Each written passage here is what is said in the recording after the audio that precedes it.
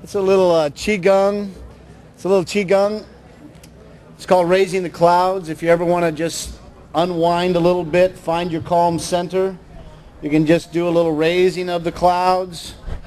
Put the tongue on the roof of the mouth, and you breathe in through your nose and blow out through your mouth. Centers you right down, brings you back to your center. Well, I want to start off. My name is Dr. Gary Arthur, and this morning was an incredible morning. I woke up with a dream this morning. And you know how some days you have just these incredible dreams, and you wish every day would start out like this? Well, this dream was really interesting because I was at this university, and all these incredible little dynamic things kept happening. And one of the most dynamic ones was the one that woke me up. And I had previously in the dream been singing with Third World, who just happened to be at this university, and we had a little jam session. We're singing reggae, having a good time. And then I went and did some recycling of some trash. I had this big bag, and I went over and recycled all this stuff, and I'm thinking, yeah, this is right. And then I went back around, and I heard these people singing, and the lead singer of Third World was singing this happy birthday song to his 3-year-old son and 2 other kids. He said, Dr. G, come on over, join me.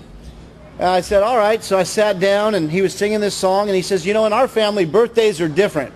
It's not about how much we receive on our birthday, but it's about how much we give on our birthday, and we celebrate what we're here to give. I said, I like that. I like that.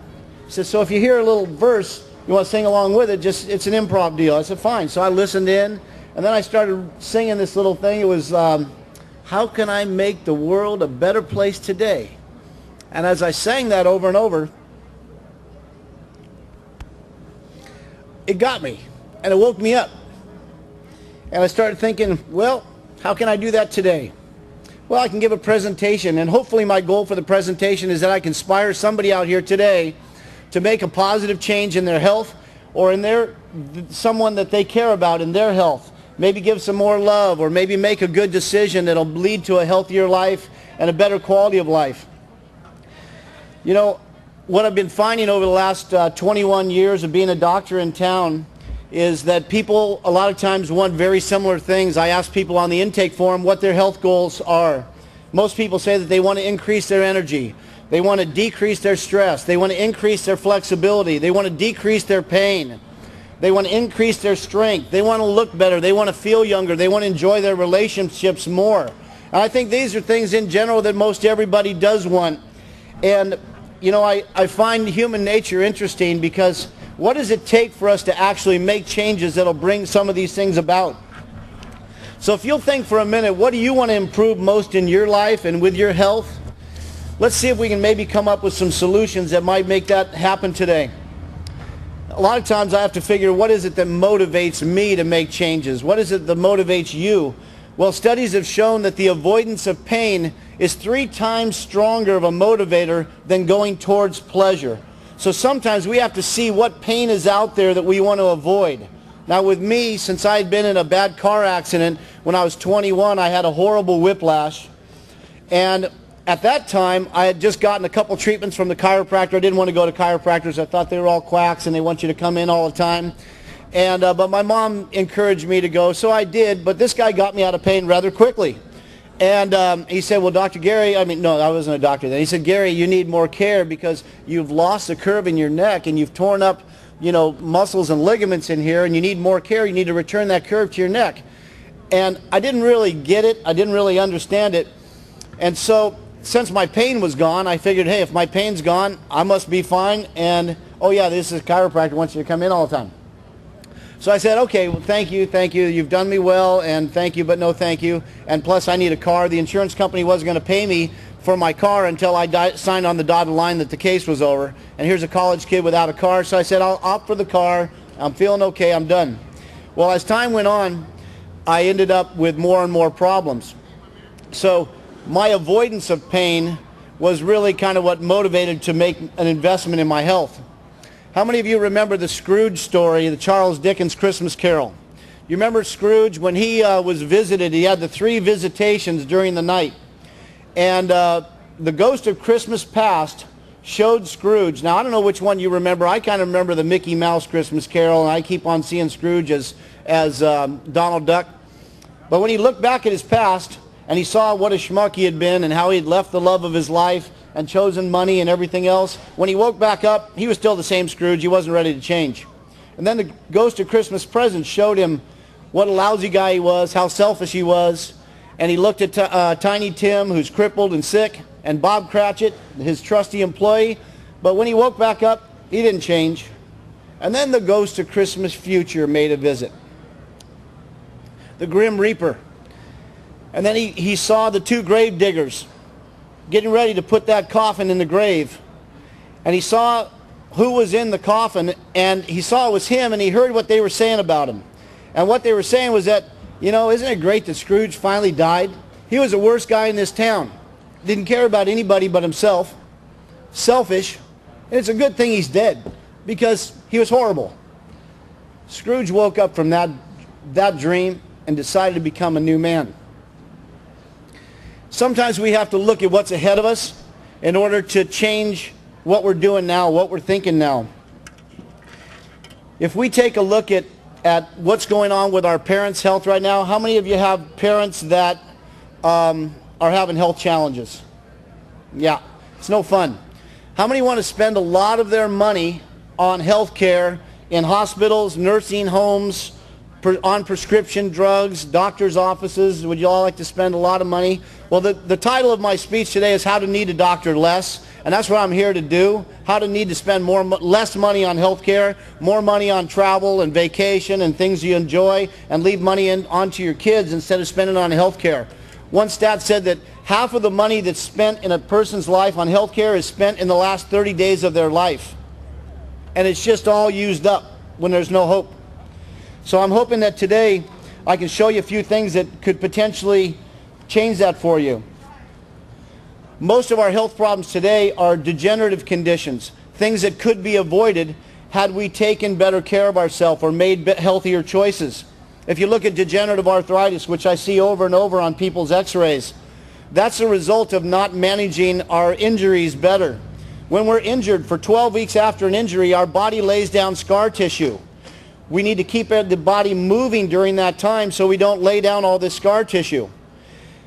If we don't have the motion, that's why, like, after we have surgery, we have post-surgical rehab. They keep it moving so you don't get that scar tissue. Well, the scar tissue then leads to calcification. That calcification leads to less motion. That leads to degeneration. It's all premature degenerative changes. You look at adult onset diabetes right now is the #1 growing disease in our country. Why is that? People made bad choices with their carbohydrates, with their sugar. We're going through ups and downs with our blood sugar. Lung cancer is #1. Why is that? People smoke. Colon cancer is #2. Why is that? They don't eat a lot of good green vegetables, fruits, fiber. Those are the kind of things that could be changed. Alzheimer's, dementia, those are on the rise like crazy. And I don't even want to ask you to raise hands who's dealing with that with their parents. That's basically heavy metal toxicity and the use of trans fats, margarines and fried foods and things like that. These are all things that could be avoided had these people taken healthier choices for decades before. Aristotle Onassis, the richest man in the world at the time when he made this quote, said, "Truly my health was my greatest wealth." And he was dying of a neurodegenerative disorder. So, I mean, are there any of you out there that really want to die a slow, painful death and have your kids have to deal with that? I'm saying to you that awareness precedes change. And if we think it's not going to happen to us, we're delusional. Unless we start living healthier, making healthier choices, same stuff's going to happen to us that's happening to other people around us. I kind of live in a little fairyland thinking, oh, that's not going to happen to me. I'm not going to age. And then finally I look in the mirror and go, wow, it is happening to me. I didn't think that was going to happen. In the old days, our great-grandparents, you know, most of them died in their sleep. Natural causes. Lived healthy, active, productive lives, worked up until the day they died, and died in their sleep. Not too many people have that happen anymore. But you look at our world, our toxic world, all the poisons, all the things we're exposed to. I mean, this is what this thing's all about, is making it a more healthy world and not, you know, being exposed to so many toxic things. But there's a lot of changes we can make that will start to make these differences. We have to balance out this toxicity with healthier choices. I'm not going to make any promises, just talk to you about the laws of probability. We need to change the patterns that are taking us where we don't really want to end up going. As we age, it's more about the quality of life, isn't it? It's about the quality of your life as you age, where you can go, what you can do, what you can contribute. It's how we live our day now, day in, day out, week in, week out. Every day leads to a week, leads to a month, leads to a season, leads to a year, leads to a decade, leads to a lifetime. So it's about the choices we make for our families and ourselves today, the schedules that we design for a healthy lifestyle. If I don't schedule my training and my workouts and all those things, it doesn't happen. Life gets too busy. We have to design our schedule. It's about the thoughts we think, the foods that we eat, the exercise and the stretching that we get, the supplements we take, the health care we receive, the love we allow ourselves to give to others and that we give to ourselves, the forgiveness that we give to others and to ourselves, the hurts we let go of. It's really up to us, isn't it? No one else can be responsible. It's really about us and what we choose. You know, we only have ourselves to blame if we don't do it. Yesterday is gone. And remember, awareness is what precedes change. So hopefully today you will come out of this with a little more awareness that could maybe make just one little positive change, maybe more. In front of you, I gave everybody out what I call the golden laws of success, and I just gave that in a printed format. And I learned this from Tony Robbins, a very simple, you can apply it to just about anything. If number one, you'll visualize and clarify your goal. Number two, make a strategic plan and be accountable to someone else besides yourself. My friend Ronnie Pringle over here, he helps so many people in the AA program and helping people get their life back in order. Well, it's all about accountability to other people, right, Ronnie? I love it. Then number three is take massive action and be consistent with diligence. Stay the course. Number four is monitor your results along the way. See how you're doing. Number five is alter your strategy. If you're not getting the results you want, consult your coach if needed. I love the proverb. It says, in a multitude of counselors, there is victory. Now, just briefly, one of my patients the other day told me that he put this 12 excellent wisdoms of keeping your health in balance. I'd also call it how to need a doctor less. And he says he put it on his refrigerator, and he looks at it from time to time. He thinks about, today I'm going to drink more water. Today I'm going to just slow down and chew my food a little bit more. So what I'd like to do, if you're interested, is we'll go through some of these things and just highlight some of them. Number one is fix what's wrong. It says take inventory, basically. Find out where you're currently at. There's a Japanese term that says kaizen, which is just make positive incremental progress. Any good construction project, it takes time. The job crew has got to show up on the work site and come through little by little to make the progress. Drinking good water. We have a lot of good water companies around here. There's a lot of good water companies that are doing great things. Alkalized water, ionized water, filtered water. You don't have to always buy, water in plastic bottles. A lot of times make sure you don't leave your plastic bottles out into the sun. Sun will cause phytoestrogens to be released. Extra estrogens in our body, what does it do? Grows tumors. Now, how many would like to grow some more tumors? Not me. Next thing is, there's a great book out by a medical doctor. It says, Your Body's Many Cries for Water. And I can't pronounce his last name very well, Batmangajidilj. You are not sick, you are just thirsty. So that's there for a reference for you. Number three is to control your blood sugar. I think Barry Sears's work with eating 40% carbohydrates, 30% proteins, 30% fats is a great way to go. Keep that blood sugar level regulated so you're not going through peaks and valleys, which causes your body to be stressed, which causes your body to put on extra weight, which leads to adult onset diabetes. It's so easy to do the right thing, but you don't look at it like it's a diet. It's basically just a way of eating, putting your proportions together. You build every meal with a protein size, the size and thickness of the palm of your hand, That's your protein serving. Then you get 4 fistfuls of fruits or vegetables, and you get some good fats, whether almonds, avocados, olive oil, stuff like that. So it's very simple to design your meals. If you're going to have wine or you're going to have any alcoholic beverages, that's your carbohydrates basically for the meal. With that, then you get salads and vegetables, but no extra bread, noodles, pasta, stuff like that. This is an interesting one. Chew your food 50 times per bite. There was a doctor named Dr. Fletcher, and he calls this Fletcherizing your food. So many people just woof their food down. And you think about what that does to the digestive system. It creates, your food never gets really mixed with the enzymes. And every time I slow down and actually think and count my food, I can still be at 50 and realize that I could have chewed it more. So it's something to consider. And if you think about mixing it with the enzymes and getting it so it's a nice, easy swallow, from that point it sits in the stomach, gets fully digested. But without doing that, you get these big chunks of food down there, and what's it going to do? It's going to stay in our system and ferment. That fermentation leads to gas. The number one bought drug in America is Rolaids and antacids. Xanax. It's crazy. You know why? People don't choose their food. It gets down there, stays in their stomach too long, and then it starts to ferment. Those little gas bubbles open up your pyloric sphincter, starts to come up, and that acid comes up. So what do people do? Oh, I need Rolaids. No.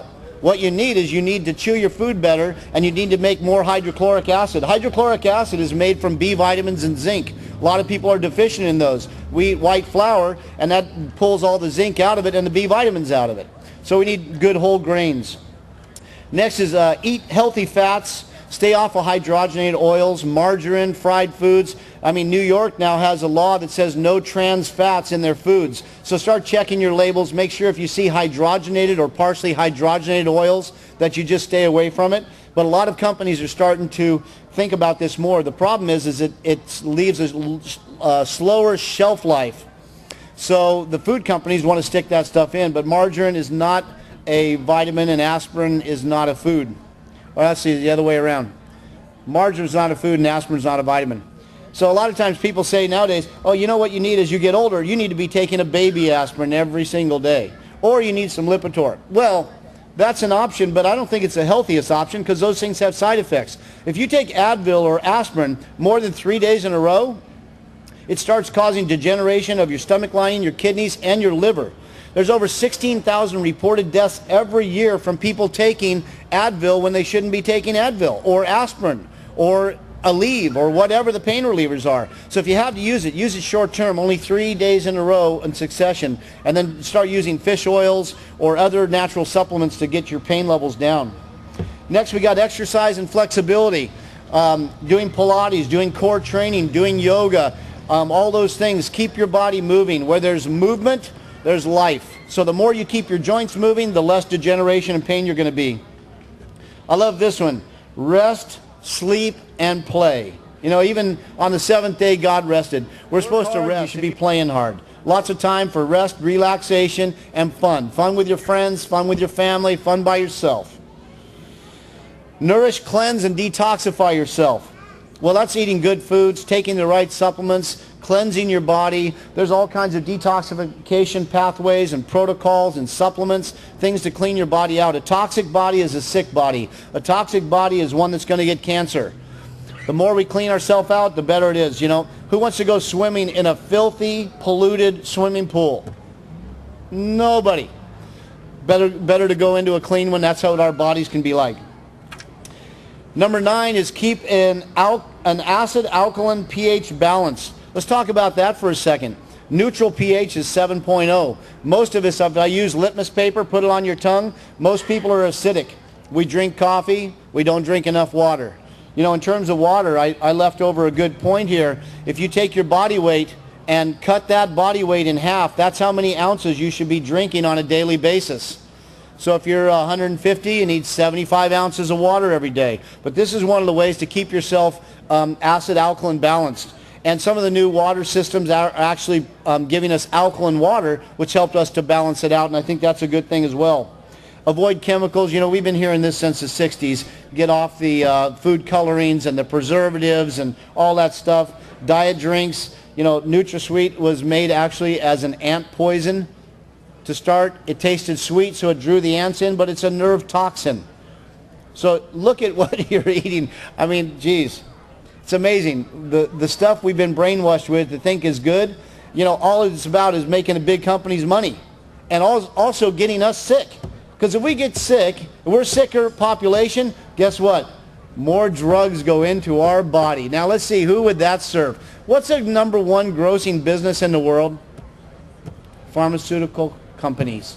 Number one grossing business. It's not oil. It's not computers. It's not cars. It's pharmaceuticals. Number one.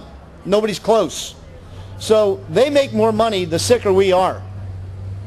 And that's all I'm saying. It's like we got to wake up to what's actually happening. It's happening quietly. It's big business that's doing this stuff to us, and we don't have to go there. We don't have to go there. And so in the process, you look at the senior citizens, how many people are on meds, and how many meds are they on? It's like, wow, this is just making money for them. And a lot of these meds could even be avoided. We just took a guy, I won't mention his name, but he said I could. But we took him from 293 cholesterol down to 187 cholesterol in 3 months. Changing his diet, getting some exercise, and putting him on the right supplements. No Lipitor, none of that. So a lot of stuff you don't really need. Another one is balancing your electromagnetic field stressors. You know, cell phones, British Medical Journal actually showed cell phones are increasing the amount of gliomas that people have. So brain tumors are on the rise because of cell phones. I mean, on my cell phone, I just set it down over there. I have a little thing called a BioPro, which helps to deflect some of the electromagnetic fields, because it's basically a microwave. We're sticking a microwave right next to our head. You look at the thermographic studies of people that have talked on a cell phone, and their head is bright red after 15 minutes of talking. You stick this little chip on the back of your phone, and then do it again. It's not bright red anymore. It's more a lighter yellow. There's still heat coming through, so we just have to be aware of some of these things. The last one, actually number 11, is communication of your nervous system. That's why I believe in chiropractic. It helps the body to flow. It helps the nervous system communicate with the tissues. The electrical system that the Chinese doctors use, dealing with acupuncture. It's beautiful stuff. It's been around for 3,000 years. And the last one is make today a masterpiece. Plan your life. You know, make some goals. What do you want to achieve today? Make something of today. Think about who you can bless. I have something over at the booth called the Morning Power Questions. Questions you can ask yourself to start reframing what you want today to be like. I have affirmation sheets. We have a lot of different things. Fact is, if today you want a little body love, we got people over there that'll give you a little massage, a little rub down, help you feel better. We're opening up our new Therapy and Wellness Institute. In fact, you're all invited November 8th on a Saturday from 2 to 6. Right in between La Serena and my office across the street from the library. We'll be having a good party there. And there's lots of things that can be done. And there's lots of providers, lots of great gyms, not just about me and what we have to offer. We'd be honored to help. But there's lots of great people in this community that can do great things for you. All you got to do is decide that you want to make today better. You want to make your life better. Need a doctor less. Hopefully this has been helpful. Thanks so much for your time.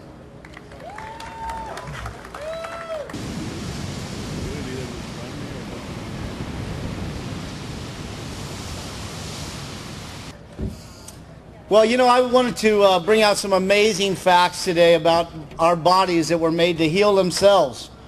And did you know, if you really think about it, as you look around at each person here, we are all a masterpiece, especially when you consider the fact that we just started as two little tiny cells. Yep, half from mom, half from dad. But in those two cells was a blueprint and a design and the ability to make a masterpiece like each one of us sitting here and standing here today. Isn't that amazing when you really think about it? You know what else is interesting is that every 1 second your body makes another 2.5 million red blood cells. 2.5 million more, boom, 2.5 million more. And every second 110,000 white blood cells are made. Every 1 second. 50,000 cells in your body will die and be replaced while you're hearing me say that sentence. 50,000. This is the healing power of our bodies. Our bodies were made to heal, and that's the title of my presentation today. You know that the tooth is the only part of the human body that cannot regenerate and heal itself. One human brain generates more electrical impulses in a single day than all of the world's telephones together. In 1 hour, your heart works hard enough to produce the equivalent energy to raise 1 ton of weight 1 yard off the ground. And did you know that every single person, you talk about fingerprints, did you know that our tongue print is unique as well? No two tongue prints are alike. And while we're at it with tongues, there was this guy at a club, and he goes, "Hey baby, you want to burn 26 calories?" And she goes, "What are you talking about?" He goes, "You got a minute?" And well, that's based on the fact that for a 1 minute kiss, you burn 26 calories. Isn't that great? Honey, isn't that good to know? That's how she stays so lean. Use an average of 43 muscles to make a frown, but only 17 muscles to make a smile. And every 2,000 frowns creates 1 wrinkle, is what it says here. So our bodies are recreating themselves constantly. We make a new skeleton every 3 months, new skin every month, and we're capable of reversing the aging process. Now I have a handout that Andrea is going to pass out to you, or maybe it's already been passed out. I'm going to need one up here too. There's a guy that goes to his doctor and he's waiting to get his lab results back, and the doctor says, "I have some bad news and some really bad news." And he says, "Oh geez, okay, well what is it?" He says, "The bad news is that you only have 24 hours to live." And Fred just says, "Oh my gosh, what could be worse than that?" And he says, "Well, I couldn't get a hold of you yesterday." Anyhow, this whole health thing made an impact on me because my dad, who was a Christian minister, he was dead at 39 years old and left his family behind. So as a little 9-year-old, that made an impact on me, and I decided I didn't want that to happen to my kids and my family. So when I was in 11th grade, I read my first health book. It was by Paul Bragg. It's called The Miracle of Fasting. And in there, I actually read things like pepperoni is not healthy for you, and Twinkies and ding-dongs and stuff, it's not the best thing for you, and it was kind of a shock to me to understand that. But it started my interest in healthcare. I was used to being an athlete and trained hard and was able to understand that concept. But as things go on, how many of us have had bad accidents? Well, I got hit in a car accident, was rear-ended, and had a severe whiplash. But when I went to the hospital, they basically said, "You just need a collar and here's some drugs."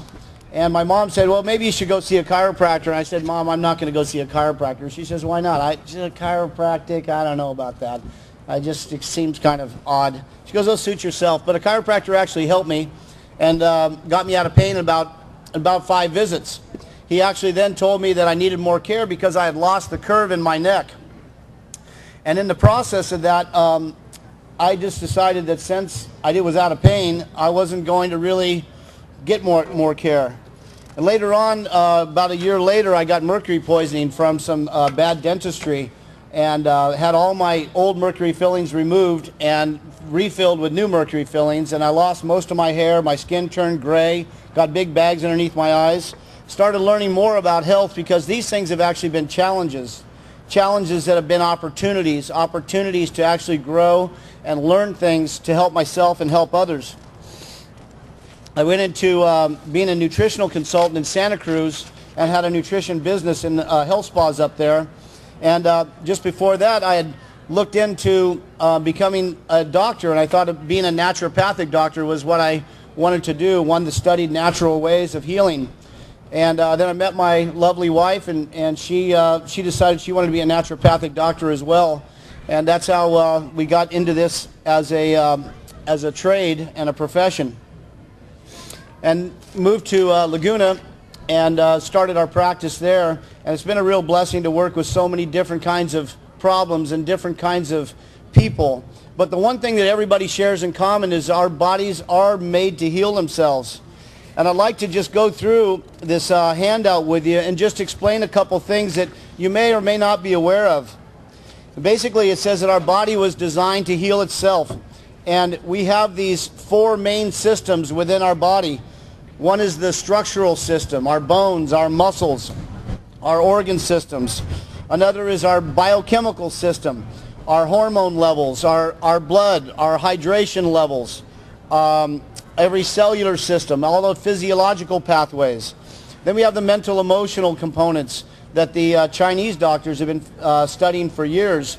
They're finding that the mental emotional aspect has an effect on the different organ systems and on the structural systems. For 3,000 years, the emperors had the Chinese doctors gather data about how the person was feeling and tied that in with their health problems. And we find that people that have liver and gallbladder problems usually are stuck in emotional problems of anger or resentment or feeling frustrated or galled or depressed. And different organ systems have different connections. There was a little lady that came into my office one time. She was 87 years old, and she said I could tell the story. She's coughing into a hanky, and I'm washing my hands getting ready to see the next patient, and I saw when she pulled the hanky away that there was blood on it. So I sat down. I said, Mrs. Higdon, hi, I'm Dr. Arthur. I said, I noticed that your hanky has blood on it, and I said, I think you need to get to the hospital. And she said, well, listen here, Dr. Arthur. And she stared me down. She went snake eyes on me. And she said, if you're not even going to listen to my story, I've been in and out of that damn hospital for the last 2 years. They've given me every drug they have, and nothing's worked. So she goes, if you're not even going to listen to my story, I'm going to leave right now. I said, okay, Mrs. Higdon, why don't you come on down to my office real quick? I apologize. Turns out that 2 years ago was when her husband of 63 years had died. And the emotions that the Chinese doctors have found affect the lungs and vice versa are grief and sadness and yearning and anguish and crying, all the emotions that anyone would naturally feel losing a loved one. But in the process of that, it was a stress to her lung system. Also, since she had gotten sick, she had developed multiple drug-resistant bacteria in her system. We also suspected that there was a yeast overgrowth and a viral, so we put her on different protocols to help boost her immune system. We also found that in the spine, the area that goes to the lung, when we took an x-ray, there was a vertebra that was significantly out of place, which would decrease the electrical force flow into the lung system. So there was multiple things that were interfering with her body's ability to heal itself. And what we did was we started to decrease the stressors on those systems. And a month later, she was well. So it's pretty amazing when you think about that our body is that incredible that it knows how to heal if we start to remove the interference. Let's take a look at some of the interference on the second diagram. We call basically interference that keeps our body from being able to heal stress. Stress can come in many different packages. So we talked a little bit about the emotional stress. We have anger, job stress, financial stress, deaths, relationships, divorce, depression. Those are stressors that interfere with our body's expression of health. You look at the biochemical stressors, dehydration, alcohol abuse, digestive disorders, menstrual irregularities, sexual dysfunction, premature aging, illness, infection, toxic overload, allergies. All those things are going to interfere with our body's ability to heal.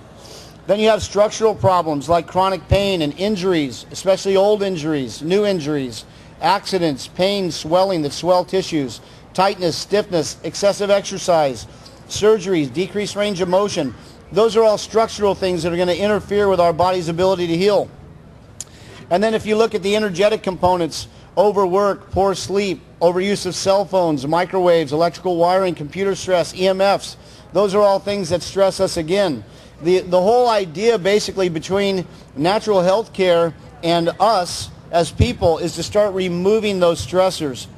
So we become healthier as we start to remove those structural, chemical, energetic, and biochemical stressors.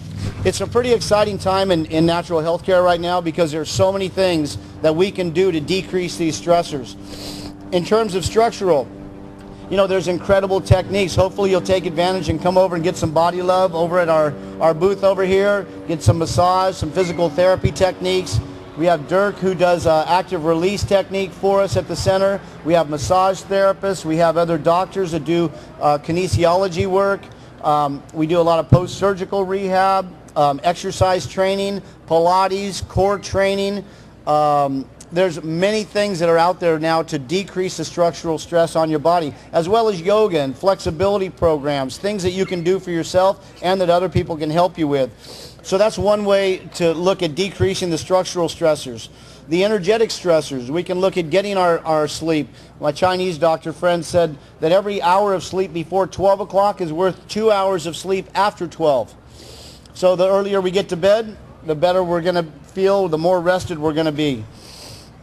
In terms of other energetic things, yesterday I spoke a little bit about the bombardment of our bodies with electromagnetic field stresses from cell phones. There's little chips you can put on your cell phone to defray the electromagnetic field stress.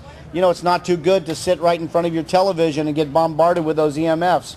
There are studies in the the British Medical Journal that show increase in brain cancer and gliomas in cell phone users. So it's something to think about, something to get some protection for. There's basic things we can do to decrease our stress.